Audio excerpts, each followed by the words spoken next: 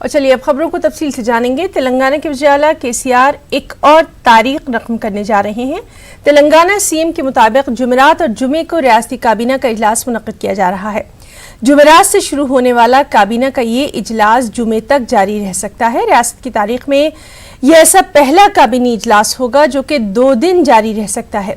Telangana high court की जानिब से आरटीसी रूट्स की निजीकारी के सिलसिले में इक़दामात को हरी झंडी दिखाए जाने के बाद मुनक़्क़िद होने वाले इजलास में इम्कान है कि आरटीसी के उमूर पर काबीना में अहम फैसला लिया जाएगा। ज़राए के मुताबिक काबीनी इजलास में आरटीसी रूट्स की निजीकारी, रेवेन्यू एक्ट और दीगर उमूर पर गौर व किया जाएगा।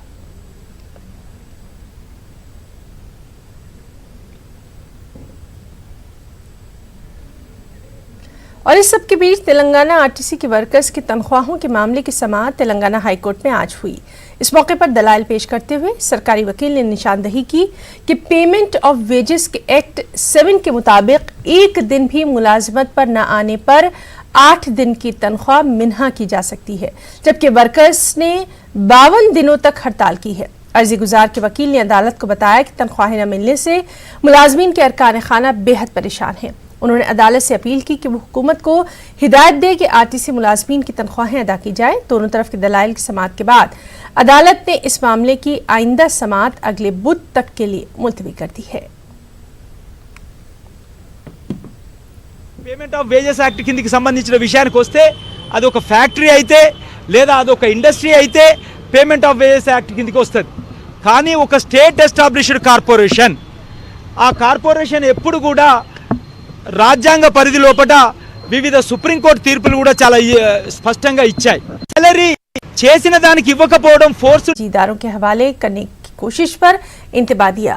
हड़ताली मुलाजमीन को ड्यूटी पर रुजू करने की इजाजत देने की भी यहाँ अपील की गई। हैदराबाद के इलाके बाग लिंगमपल्ली में एनआरसी के खिलाफ एहतजाजी मुजाहरा किया गया है। शहर की मुख्तलिफ तंजीमों ने इस एहतजाजी मुजाहरे में हिस्सा लिया है। इन मुजाहिरीन का कहना है कि शहरियत उनका पैदाइशी हक है, इस हक को कोई नहीं छीन सकता। गोपीनाथन IAS ने इस मामले में मुख्तलिफ तंजीमों के नुमाइंदों से तबादला ख्याल किया। गोपीनाथन ने कहा कि NRC सिर्फ मुसलमानों के ही खिलाफ नहीं है, बल्कि इससे दलित, आदिवासी और पिछड़े तबकात भी मुतासर होंगे। इस मामले पर उन्होंने सियासतदानों और समाजी तंजीमों की तरफ से खामोशी पर अफसोस का इजहार किया। गोपीनाथन ने नौजवानों को मशवरा दिया कि हुकूमत जो भी अवाम दुश्मनी इक़दामात कर रही है उसके खिलाफ मिलकर आवाज़ उठाए। ख़ासतौर पर मुसलमान अगर आवाज़ नहीं उठाएंगे तो फिर एक ऐसा वक्त भी आ जाएगा जब आप आवाज़ उठा ही नहीं पाएंगे, बल्कि आपको हाथ जोड़ना पड़ेगा। मुल्क में आज जो कुछ हो रहा है वो सियासी सर्कस की मानंद है। मुल्क में दस्तूर और जमहूरियत की पामाली का सिलसिला जारी है। NRC के जरिए सिर्फ और सिर्फ गरीबों को ही निशाना बनाया जा रहा है।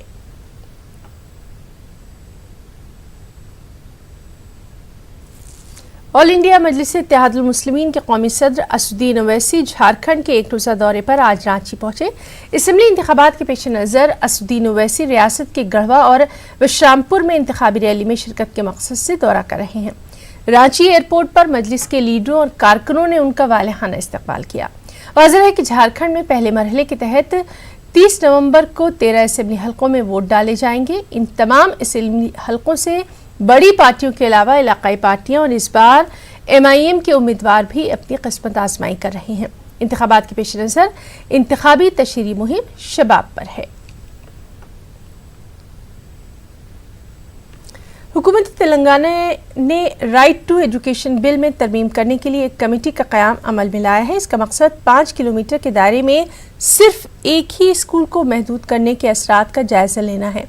उधर टीचर्स का मानना है कि अगर इस तजवीज़ पर अमल आवरी हो तो रियासत में मौजूदा आधे स्कूल्स ख़त्म हो जाएंगे और इससे सबसे ज़्यादा मुतासर उर्दू मीडियम के स्कूल और उर्दू मीडियम के तलबा ही होंगे। एक रिपोर्ट। हुकूमत तेलंगाना ने राइट टू एजुकेशन एक्ट में तरमीम के लिए 6 रुकनी कमेटी का क़याम और हाई स्कूल के लिए 5 किलोमीटर की शर्त के बजाय तीनों सतह के स्कूलों के लिए 5 किलोमीटर का दायरा मुख्तस करने के इम्कानात का जायजा लेगी। सरकारी स्कूल टीचर्स का मानना है कि रियासती हुकूमत की ये तजवीज़ रियासत में तालीम की सूरत हाल के लिए तबाहकुन होगी। अगर इस तजवीज़ पर अमल आवरी हो तो रियासत में स्कूल्स की मौजूदा तादाद 26,000 से घटकर इसकी निस्फ यानी 13,000 हो जाएगी। ये बात बड़े अफसोस के साथ कह रहा हूँ कि तेलंगाना हुकूमत बनने से पहले हमारे केसीआर साहब ने इलेक्शन मैनिफेस्टो के अंदर एक बात कही थी कि केजी से लेकर पीजी तक मुफ्त तालीम का वादा किया था, लेकिन वादे के बरखिलाफ़ आज काम हो रहा है। आज राइट टू एजुकेशन एक्ट के अंदर तरमीम लाते हुए 5 किलोमीटर रेडियस के अंदर एक स्कूल को रखते हुए 12,000 तकरीबन 12,000 से ज़्यादा स्कूल्स को क्लोज़ करने की क्या है बोले तो आज कोशिश की जा रही है। 5 किलोमीटर का जो फासला जो रख रहे हैं आने वाले दिनों में, इससे तो एजुकेशन के लिए तो काफ़ी नुकसान है, स्कूल्स के लिए तो, स्पेशली गवर्नमेंट स्कूल्स के लिए। प्राइवेट किया तो कुछ असर नहीं पड़ेगा, और प्राइवेट को तो और बढ़ेंगे प्राइवेट स्कूल्स, क्योंकि पेरेंट्स का मर्ज़ी क्या रहता है, घर के करीब स्कूल है तो बेचने को तैयार रहते। अब गवर्नमेंट स्कूल नहीं मिलेंगे तो उन लोग पेरेंट्स के ऊपर ज़्यादा फाइनेंशियल भी वो होता, बर्डन होता, और सेफ्टी के से देखे तो बिना करीब का स्कूल में कितना पैसे भी जाने दो वो हो जाता। इससे क्या होता, उन लोग का बैंक रिटर्न हो जाते, उन लोग पूरे बैंक करप्ट हो जाते, यानी कि पैसे जो जमा करने का है बदले में खर्चा और कर्जा लेके आके बच्चों को पढ़ाना ज़रूरी हो जाता। इसलिए हमारा ये है कि ये जो चेंजेस लेके आ रहे, ये नहीं लेके आए तो अच्छा है। हुकूमत की RTI एक्ट में तरमीम से खदशा है कि सबसे ज्यादा नुकसान उर्दू मीडियम स्कूल्स को होगा और इसके नतीजे में मुस्लिम तालिबात मुतासिर होंगी। उर्दू मीडियम की अगर हम खासकर बात करेंगे तो उर्दू मीडियम खासकर बच्चियां जो गर्ल्स है वो ज़्यादा दूर तक भेजने के लिए पेरेंट्स कतराते, ज़्यादा दूर तक नहीं भेजते। जो माइनॉरिटी गर्ल्स है उनको अब 5 किलोमीटर तक स्कूल भेजना बोले तो पेरेंट्स क्या करेंगे, आने वाले दिनों में बच्ची को सिर्फ और सिर्फ घर के करीब स्कूल है तो पढ़ाएंगे, लेके जाके क्या है बोले तो वरना घर के अंदर बिठा लेंगे, घर के काम काज के अंदर लगा देंगे। आने वाले दिनों में अगर इस तरह का कदम उठाएंगे तो खुद ब खुद क्या है बोले तो उर्दू मीडियम और बुरी हो जाएंगे, तकरीबन मतलब सारे के सारे स्कूल्स क्लोज हो जाएंगे। तेलंगाना के सरकारी स्कूल्स के टीचर्स का मानना है कि सरकारी स्कूल्स की तादाद में कमी करने का मंसूबा मुखालिफ गरीब अवाम होगा, क्योंकि सरकारी स्कूल्स में कमी का सीधा फायदा प्राइवेट स्कूल्स को होगा। इन्हें ये भी खदशा है कि रियासती हुकूमत शहरी इलाकों में सरकारी स्कूलों की इमारतों को हासिल करते हुए इसे कमर्शियल मकासद के लिए इस्तेमाल करना चाहती है। हैदराबाद से न्यूज़ 18 उर्दू के लिए अनीसुर रहमान की रिपोर्ट। हैदराबाद के 7वीं जमात के तालिब इल्म यानी 7th क्लास के student Siddharth Srivastava software company में डेटा साइंटिस्ट बन गए हैं। सिद्धार्थ हफ्ते में 3 दिन स्कूल की तालीम हासिल करते हैं और बाकी 3 दिन ऑफिस में काम करते हैं। उन्होंने कहा कि उनके वालिद से उन्होंने डेटा साइंटिस्ट का ये काम सीखा। सॉफ्टवेयर कंपनी का इंतजामिया भी सिद्धार्थ के काम से मुतमईन है। I'm studying in 7th grade and I'm 12 years old. I was fully known to plotting libraries, data science, machine learning libraries and all. So I was deciding at some point of time I needed a break. So I started applying for companies. When I was applying, most of the companies rejected me. But one day, when my mom's friend's cousin, who actually works in Mountain, he told about me to the companies. The interview they tested me in technical rounds, and after that they accepted me as a data scientist. Siddharth को देखा है ना, वो ये अब normal बच्चे से वो अलग in the sense he consumes lot of knowledge comparing with the current kids. Hyderabad में 3 रोज़ा इंटरनेशनल पोएट्री नुमाइश का तेलंगाना के वजीर टी श्रीनिवास ने इफ्तिताह किया। रियासती वजीर ने इस मौके पर कहा कि तेलंगाना हुकूमत पोएट्री फॉर्म्स की तरक्की के लिए काम कर रही है। इब्तिदाई तकरीब में पोएट्री फार्मर्स ने एहतजाज किया। पोएट्री फार्मर्स को बचाने की अपील की गई। उन्होंने इल्ज़ाम लगाया कि हुकूमत की सब्सिडी का किसानों को सीधा फ़ायदा नहीं मिल रहा। फार्मर को लॉस आया, क्या पूरा मिस इन्फॉर्मेशन दिया। ये मैं तेलंगाना गवर्नमेंट को अपील कर रहा हूँ, रिक्वेस्ट कर रहा हूँ, आप अच्छा सब्सिडी दिया पोल्ट्री फार्मर को, बट वो छोटा फार्मर को नया है, वो आने का डायरेक्ट मार्केट से पोल्ट्री से डायरेक्ट आना, ये इनऑर्गेनाइजिंग सेक्टर है, ऑर्गेनाइजिंग चाहिए। एक अंडे का ऊपर 1 रुपए ले रहे, और चिकन सेंटर्स वाले अगर 80 रुपए केजी चिकन बर्ड खरीदे तो 140-170 रुपए बेच रहे, और डबल प्रॉफिट ले रहे। इसके वजह से फार्मर को नुकसान हो रहा है, दूसरा तरफ कंज्यूमर को भी नुकसान हो रहे, इसीलिए हम जो है हर एक अंडे का ऊपर 1 रुपए नुकसान में चल रहे।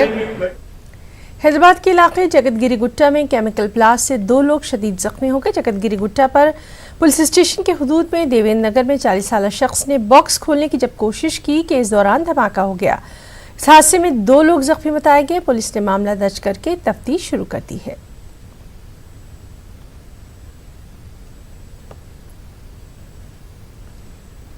और अब खास बात आंध्र प्रदेश की खबरें। सबसे पहले सुर्खियां। हिंदुस्तान ने 300 से ज्यादा बैरूनी सैटेलाइट्स को खला में छोड़ने का काम किया मुकम्मल। इसरो के तमाम अरकान को पीएम मोदी ने दी मुबारकबाद की।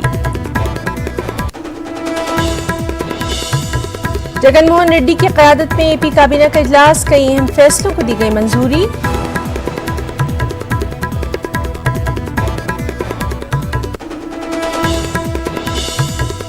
चंद्रबाबू नायडू ने जगन हुकूमत को बनाया तनकीद का निशाना। राजधानी अमरावती को शमशान से ताबीर करने वाले वजीर को ओहदे से बरतरफ करने की गई मांग।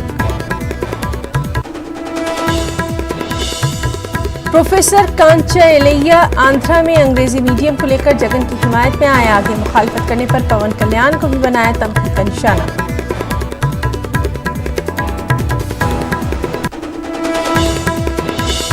आंध्र प्रदेश असेंबली स्पीकर के खिलाफ कांग्रेस लीडर ने की पुलिस कमिश्नर से शिकायत। खवातीन की तौहीन पर लगाया इल्जाम, स्पीकर को बरतरफ करने की वजालत से की गई मांग।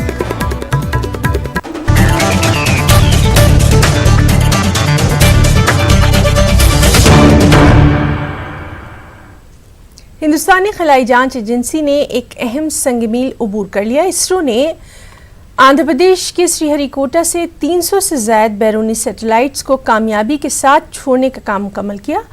कार्टोसैट 3 के साथ अमेरिका के 13 नानो सैटेलाइट्स को छोड़ने के बाद इसरो 310 बैरूनी सैटेलाइट्स को छोड़ने में कामयाब रहा।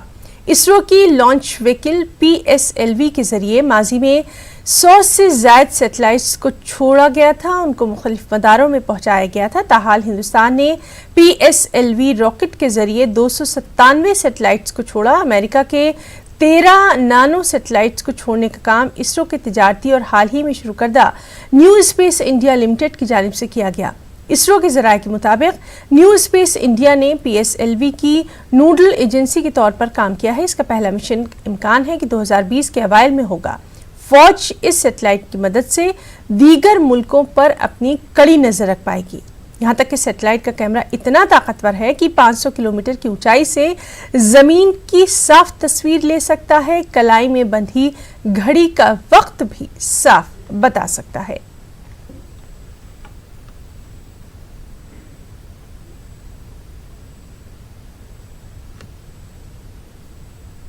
आंध्र प्रदेश काबीना का इजलास वज़ीर आला वाई जगनमोहन रेड्डी की सदारत में मुनक़िद किया गया। काबीना इजलास में कई अहम फैसले लिए गए। काबीना में कापो तबके के लिए नई स्कीम लॉन्च करने का फैसला लिया गया। इसके तहत कापो खवातीन को 15,000 रुपये की माली मदद फराहम की जाएगी। हुकूमत की फलाही स्कीमात की कामयाबी का जायजा लेने के लिए सर्वे कराने का भी फैसला लिया गया। कल्पा में स्टील फैक्ट्री के लिए NMDC से मदद हासिल करने को भी कैबिनेट ने यहाँ मंजूरी दी।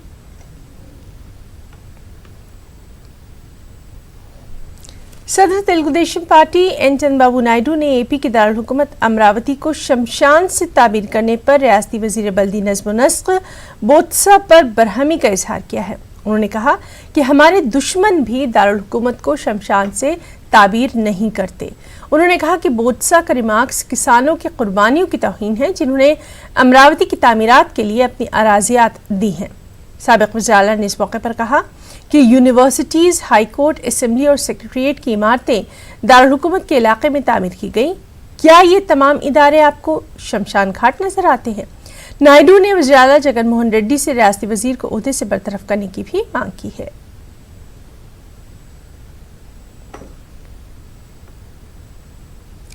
कांग्रेस लीडर एस पद्माश्री ने विजयवाड़ा पुलिस कमिश्नर से मुलाकात करके एपी असेंबली के स्पीकर के खिलाफ अपनी शिकायत दर्ज करवाई है। उन्होंने स्पीकर पर कांग्रेस सदस्य सोनिया गांधी पर नाजेबा रिमार्क करने का इल्जाम लगाया, साथ ही खवातीन की तौहीन का इल्जाम लगाया। उन्होंने स्पीकर के खिलाफ कार्रवाई करने की मांग की और वज़ीर आला से स्पीकर को ओहदे से बरतरफ करने की मांग की है। మరి స్పీకర్ స్థానానికి కించపరిచే విధంగా అమర్యాదపరిచే విధంగా ఆయన వ్యాఖ్యలు ఉన్నాయి కాబట్టి స్పీకర్గా కొనసాగటానికి ఆయన సరిపోరు అని చెప్పి తెలియజేయడంతో పాటు తక్షణమే ఇటువంటి భాష మాట్లాడిన బూతులు మాట్లాడుతూ సోనియా గాంధీ గారిని కించపరచడమే కాకుండా భారతదేశ వ్యాప్తంగా ఉన్నటువంటి మహిళలందరినీ కూడా కించపరిచే విధంగా స్పీకర్ గారి పదజాలం ఉంది కాబట్టి తక్షణమే ఆయన పైన కేసు నమోదు చేయాలి అని చెప్పి పోలీస్ కమిషనర్ గారిని కోరటంతో పాటు జగన్మోహన్ రెడ్డి గారిని आंध्र प्रदेश के सरकारी स्कूलों का ज़रिया तालीम अंग्रेजी करने के हुकूमत के फैसले की प्रोफेसर कांचा एलैया ने हिमायत की है। उन्होंने इस मामले पर जनसेना सदर पवन कल्याण की जानिब से मुखालिफत करने की मजम्मत की। उन्होंने पवन कल्याण को मशवरा दिया कि वो अगर मुस्तकबिल में वज़ीर आला के ओहदे तक पहुँचना चाहते हैं तो अंग्रेजी मीडियम की मुखालिफत न करें। వాళ్ళు చెప్తున్నా ఇంగ్లీష్ మీడియాన్ని కనుక మీరు వ్యతిరేకిస్తే మీకు ఇప్పుడు ఒక్క సీట్ వచ్చింది, అది కూడా రాదు. కనుక మీరు ఇట్లాగే కొట్లాడుకుంటా ఇంకొద్ది రోజులు నడిపితే ఒక 10 ఏళ్ల తర్వాత మీరే అధికారంలోకి వచ్చే అవకాశం ఉండొచ్చు. కానీ ప్రజల జీవితాన్ని వ్యతిరేకించిన తర్వాత రానివారు. పవన్ కళ్యాణ్ ఏ బేసిస్ మీద తెలుగు గురించి మాట్లాడుతున్నాడు? ఆయనకి ఎంత తెలుగు వచ్చు, ఎంత ఇంగ్లీష్ వచ్చు? రాశాడా ఏమన్నా పుస్తకాలు రాశాడా, లేదా పుస్తకాలు సీరియస్ చదివాడా? యాక్టర్ ఆయన. యాక్టర్గా ముఖ్యమంత్రిగా ముందు ముఖ్యమంత్రి కావాలంటే ఇంగ్లీష్ని సపోర్ట్ చేయి, లేకపోతే కావు. ఇది రాదు అది రాదు అన్నలాగా చెడిపో. करनूल के तालीमी इदारों में स्कूली बच्चों को पीने के पानी के लिए बाकायदा वक्फा दिया जा रहा है। रुकन असम्बली हफीज़ खान ने इस प्रोग्राम की ज़िला करनूल से शुरुआत की। इस प्रोग्राम की हर तरफ बेहद सताइश की जा रही है। इस मौके पर हफीज़ खान ने कहा कि तलबा को पीने के पानी के लिए वक्फा देने से बच्चों में ज़्यादा पानी पीने की आदत होगी और उन्हें बीमारियों से भी बआसानी बचाया जा सकता है।